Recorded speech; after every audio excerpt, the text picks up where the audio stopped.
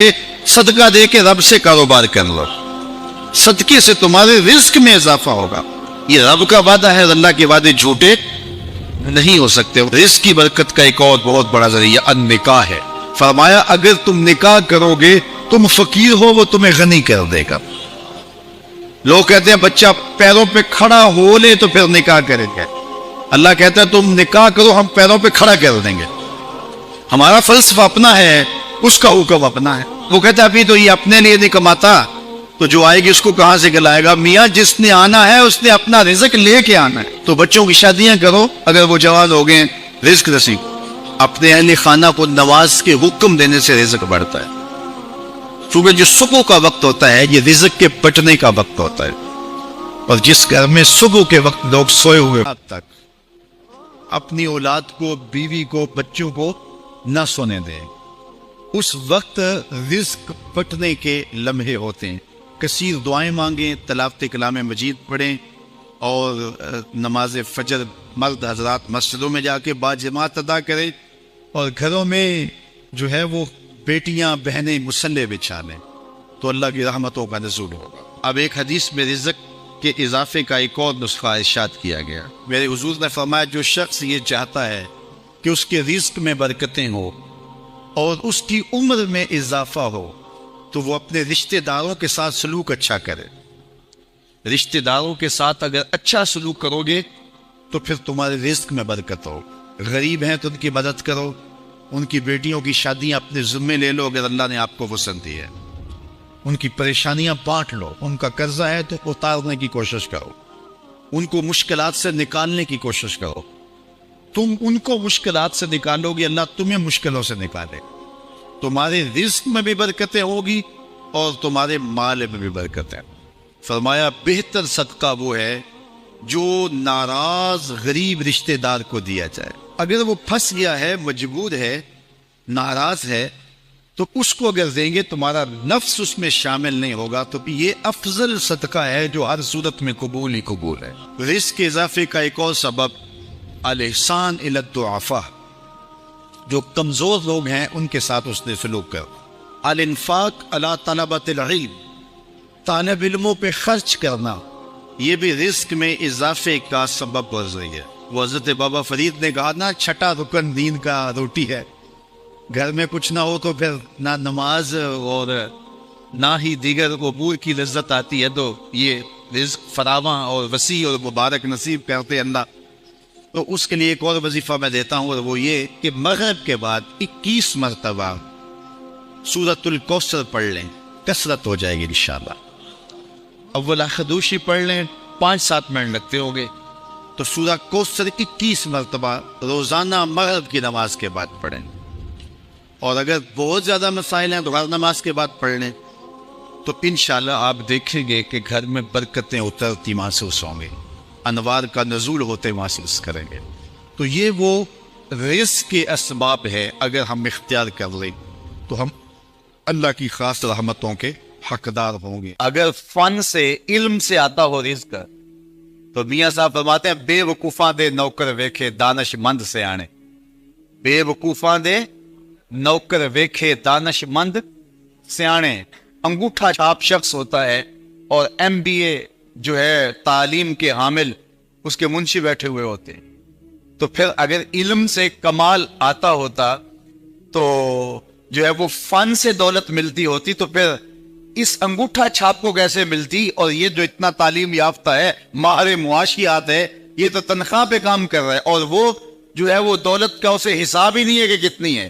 تو اس لیے اللہ فرماتا ہے کہ یہ مت سمجھو کہ یہ تمہارے فن کا کمال ہے، یہ تمہاری جو ہے وہ محنت کا نتیجہ ہے۔ اللہ فرماتا ہے اولم یعلموا، کیا انہیں نہیں پتا؟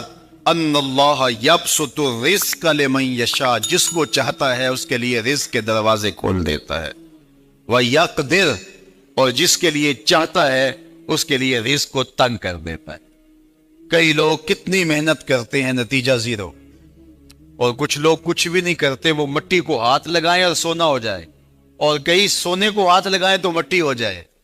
تو پھر کوئی طاقت کار فرما ہے نا جو مٹی کو سونا بنا دیتی ہے اور سونے کو مٹی بنا دیتی ہے۔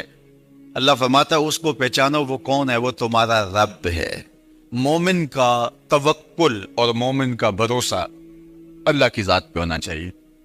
جب ہم اللہ کی ذات پہ اپنا مکمل بھروسہ، جسے توکل کہتے ہیں، قائم کر لیں گے تو میرے اور آپ کے آقا و مولا نے ارشاد فرمایا کہ اگر تم اللہ پر توکل کا جو حق ہے وہ ادا کر دو تو وہ تمہیں ایسے رزق عطا کرے جیسے پرندوں کو عطا کرتا ہے.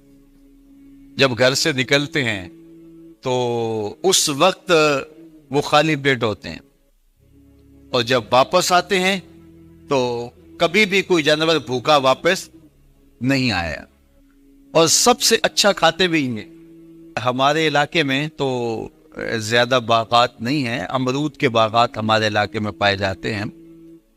تو امرود کے باغ میں جو اگر کوئی دیہات کا شخص ہو یا جس کا امرودوں کا باغ ہو یا امرودوں کے باغ میں اس کا آنا جانا رہا ہو، اس سے پوچھئے کہ سب سے اچھا پھل امرود کے پیڑ پہ اچھا دانہ کون سا ہوتا ہے. کوئی آپ کو کہے کہ یار امرود توڑ کے لاؤ، میٹھا ہو اور جو ہے وہ پکا ہوا ہو اور ذائقے دار ہو تو وہ جاؤ توڑ کے لاؤ. تو کوئی مجھے اگر کہے تو میں جب امرود توڑ کے لاؤں گا تو کبھی پھیکا نہیں ہوگا، میں امرود توڑ کے لاؤں گا تو کبھی بد ذائقہ نہیں ہوگا. آپ مجھے پوچھیں کہ آپ کے پاس کیا فن ہے؟ میرے پاس فن یہ ہے کہ میں نے امرودوں کے باغوں میں جو ہے وہ بچپن گزارا ہے، اور مجھے پتا ہے کہ اچھا اور پکا پھل کون سا ہوتا ہے. دیکھیں میں آپ کو نشانی بتا دیتا ہوں. اب نئی نسل انہوں نے نہیں دیکھا، آپ باغ میں جائیں اور شاخوں سے لٹکے ہوئے امرود دیکھیں.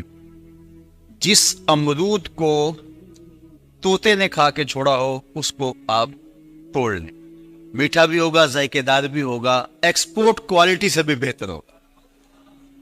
سب سے اچھا پورے پودے سے جو سب سے اچھا ہوگا وہ اس کو چونچ مارتا ہے اور پھر سارا کھاتا بھی نہیں ہے، تھوڑا سا لیا، نخرے والا آگے بڑھ گیا. اللہ اکبر. تو جو ایکسپورٹ کوالٹی ہوتی ہے اس سے بھی بہتر وہ کھاتا ہے.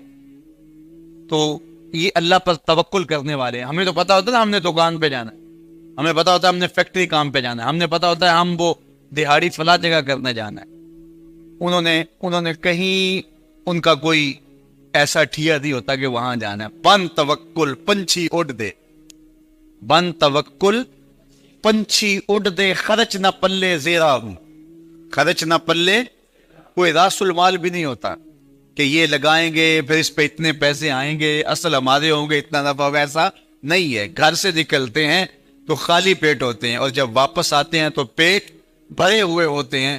میرے اور آپ کے آقا و مولا نے کہا، مجھے پورا یقین ہے اس پہ، اور آپ کو بھی پورا یقین ہونا چاہیے، انشاءاللہ ہوگا، کہ میرے حضور نے فرمایا کہ اللہ پر جو توکل ہے وہ حق ادا کرو، پھر وہ تمہیں ایسے رزق دے گا جیسے پرندوں کو دیتا ہے.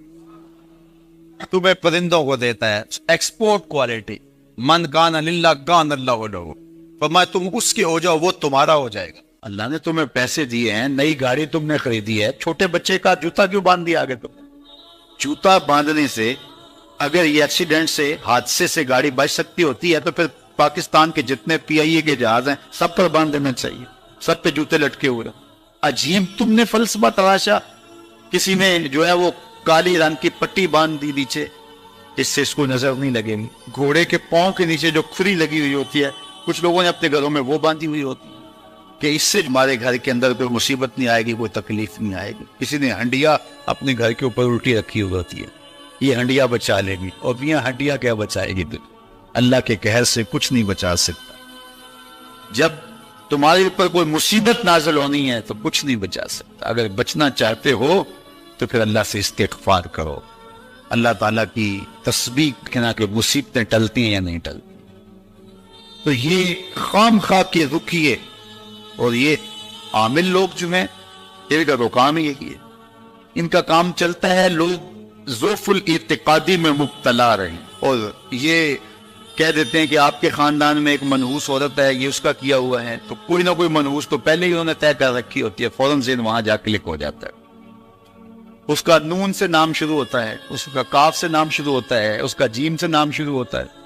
تو پورے خاندان میں کسی کا نام کاف، نون یا جیم سے تو شروع ہوتا ہی ہوگا، یا دوستوں میں، تو فوراً ذہن جو ہے ادھر منتقل ہو گیا.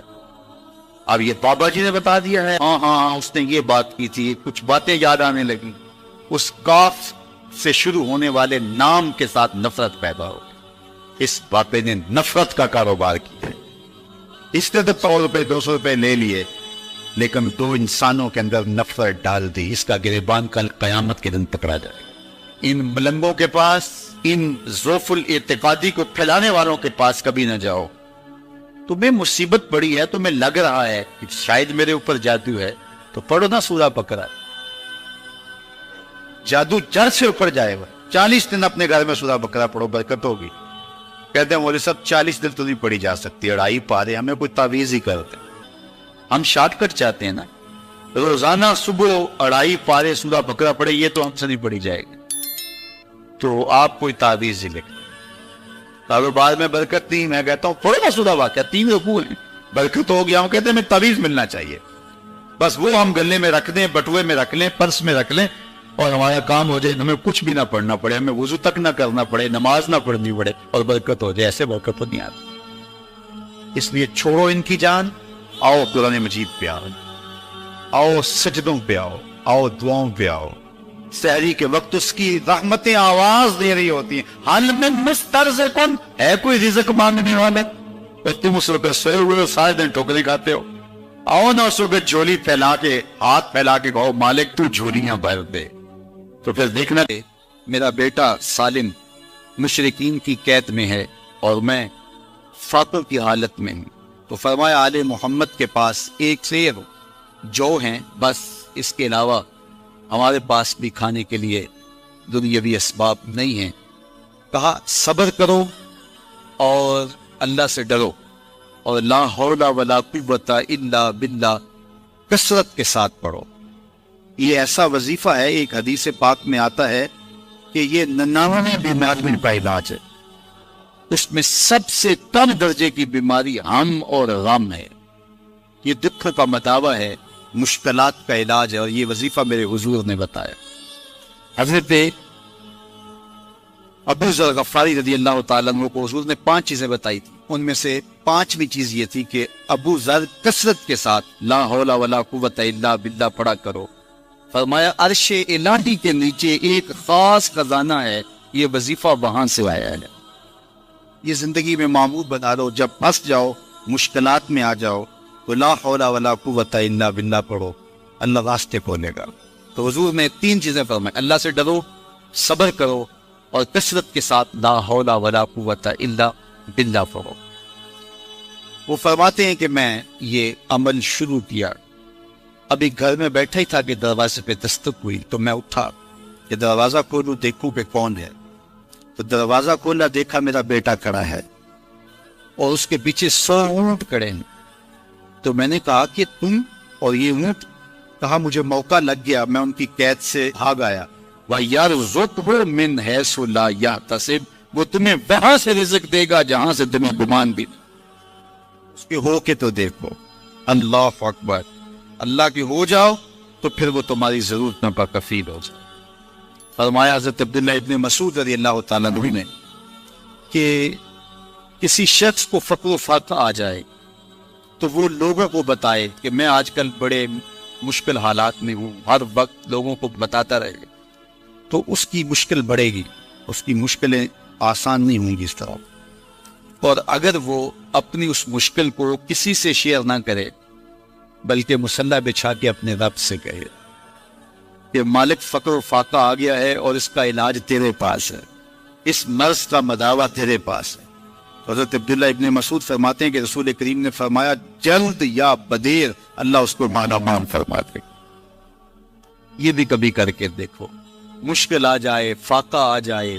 اور قرآن مجید کا دل سورہ یاسین ہے، جس نے 1 مرتبہ سورہ یاسین کی تلاوت کی، اللہ 10 مرتبہ قرآن پڑھنے کا ثواب عطا کرے۔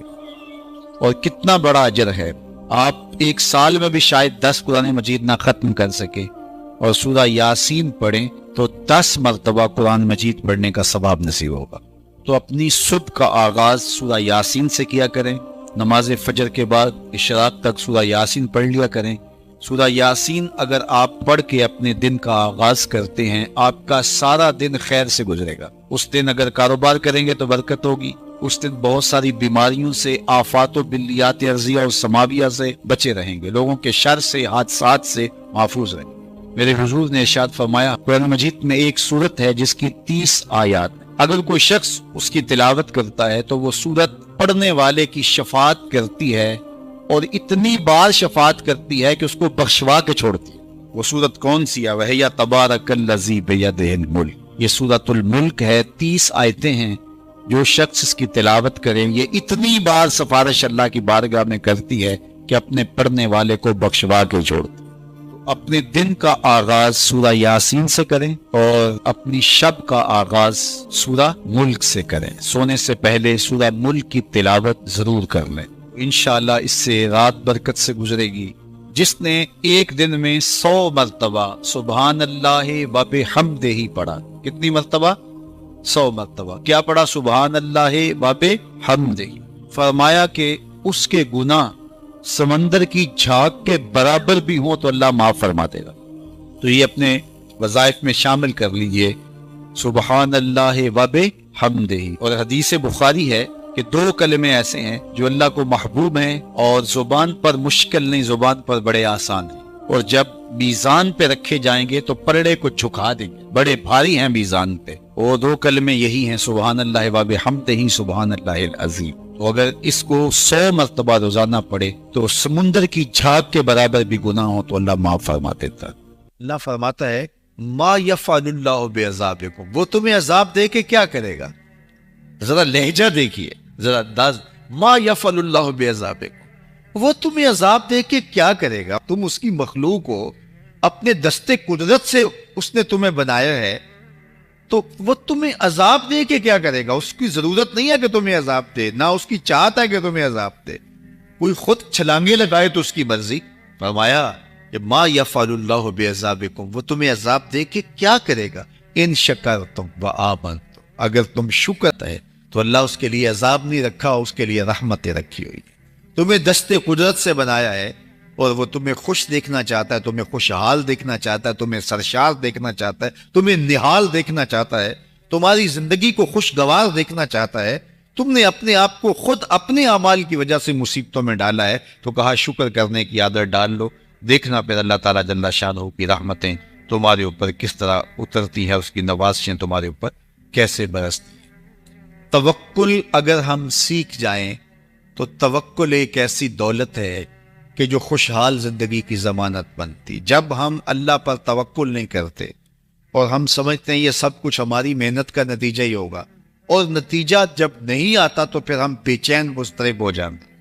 اور جب ہم اس پہ توکل کر لیں تو پھر ہمارا صرف اتنا ہی کام ہے کہ میاں ہم یہ کام کر رہے ہیں، بس یہ حکم، ہم بیج بو رہے ہیں، بس یہ حکم ہے اور بو رہے ہیں. باقی اس پہ بھروسہ ہے، یہ کام اس کا ہے کہ اس نے اس کو اگانا ہے، اس کے اوپر پھل لگانے ہیں.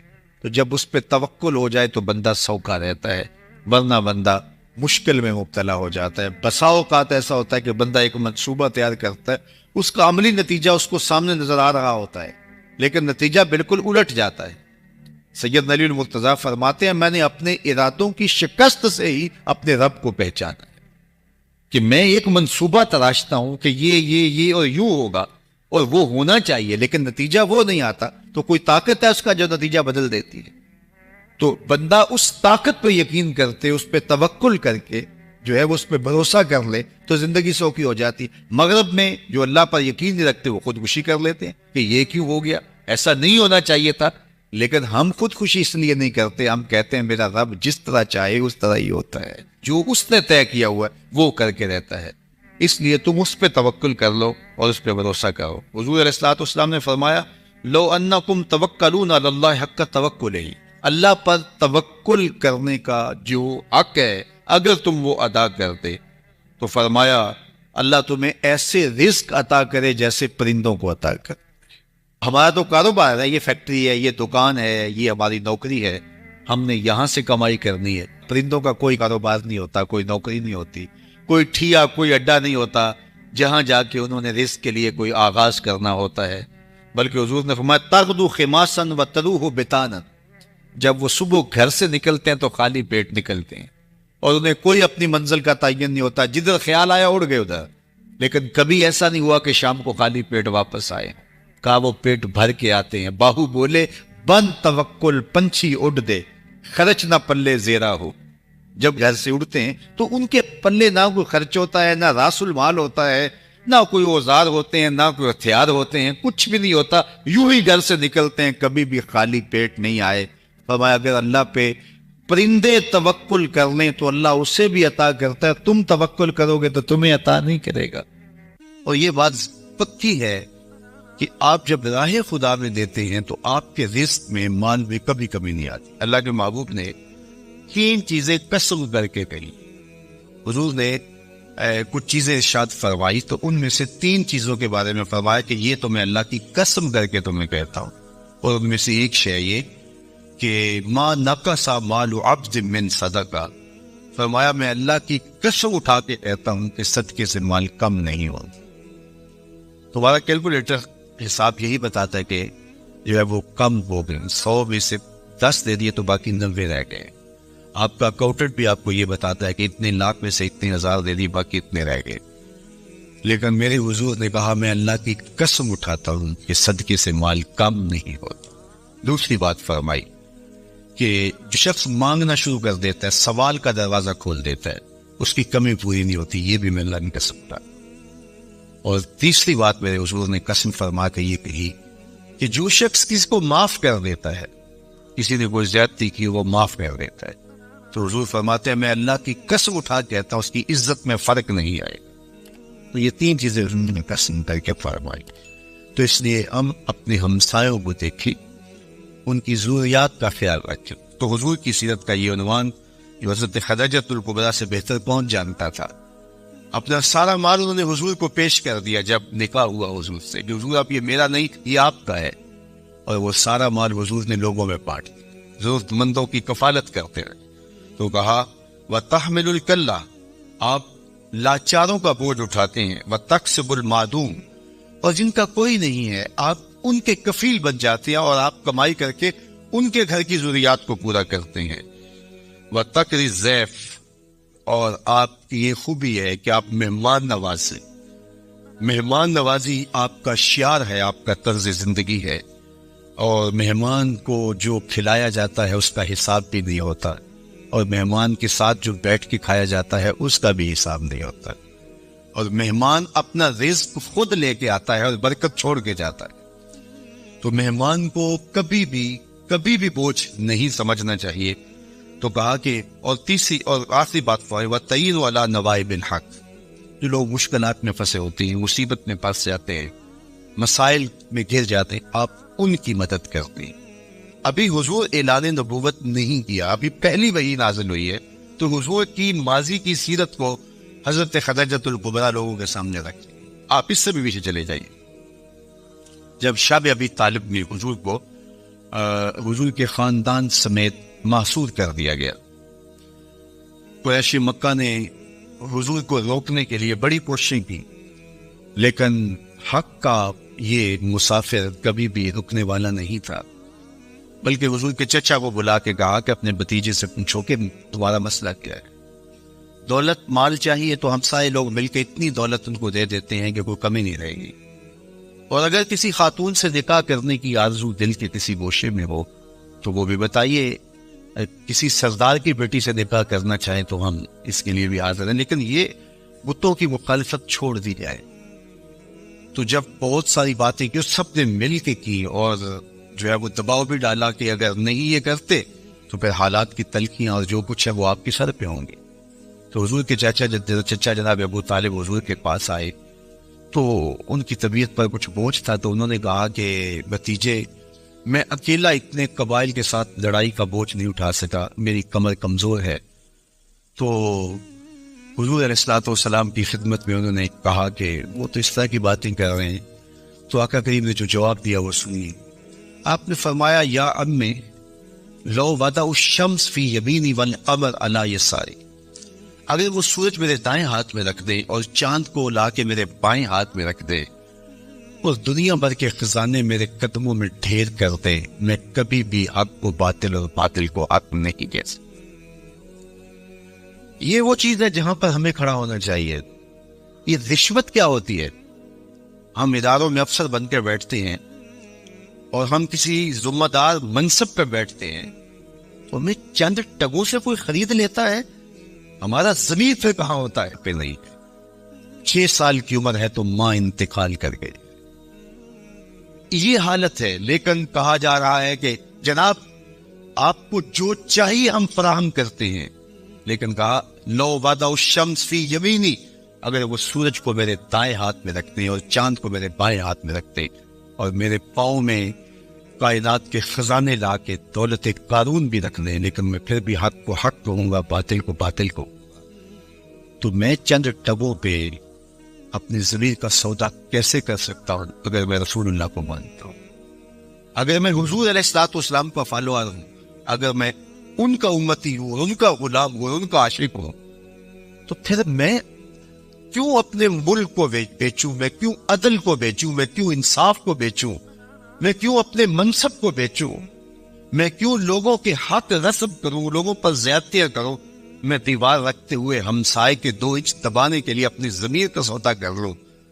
میز کے اوپر سے رشوت پکڑوں یا نیچے سے پکڑوں، فرق نہیں پڑتا اس سے۔ میں اپنی ضمیر کا سودا کیا ہے اور برسرے بازار کیا ہے اور بہت سستا بیچا ہے میں نے اپنے آپ۔ وہ کیا کسی نے کہا تھا کہ ہر 2 عالم قیمتیں خود گفتائی، نرخ بالا کن کہ ارزانی ہنوس، 2 جہاں کو تو نے اپنی قیمت بتایا ہے، اپنا نرخ بتایا ہے کہ 2 جہاں میری قیمت لگتی ہے، کہا قیمت بڑا ابھی سستا بک رہا ہے، یہ ساری کائنات تیری قیمت لگا دی جائے لیکن تیری قیمت پھر بھی نہیں ہے اور تو سستا بک رہا ہے، نرخ بالا کن کے ارزانی ہنوس، تیری قیمت جو ہے وہ یہ 2 جہاں نہیں ہے، تیری قیمت صرف تیرے رب کی رضا ہے۔ تو کہا کہ میں کبھی بھی، تو یہ حضور علیہ الصلوۃ والسلام کی زندگی تھی۔ خیر انہوں نے جب کہا کہ میں تو نہیں تمہاری بات کو ماننے والا، تو پھر انہوں نے سماجی بائیکاٹ کر دیا، سوشل بائیکاٹ کر دیا اور حضور کو شاب ابی طالب میں مقید کر دیا۔ تو حضور کے چچا نے اس وقت ایک قصیدہ لکھا حضور کے نام، کیونکہ یہ پانی نہیں پہنچنے دیتے تھے، غلہ نہیں پہنچتے تھے، کوئی باہر سے بھی آتا تاجر تو اس کا غلہ خود خرید لیتے کہ کہیں وہ بنو ہاشم کے پاس نہ چلا جائے، اور وہ خرید کے اپنی زندگی اور موت کے درمیان جو ٹوٹتا ہوا رشتہ ہے جو ہے وہ اس کو کہیں بچا نہ پائے۔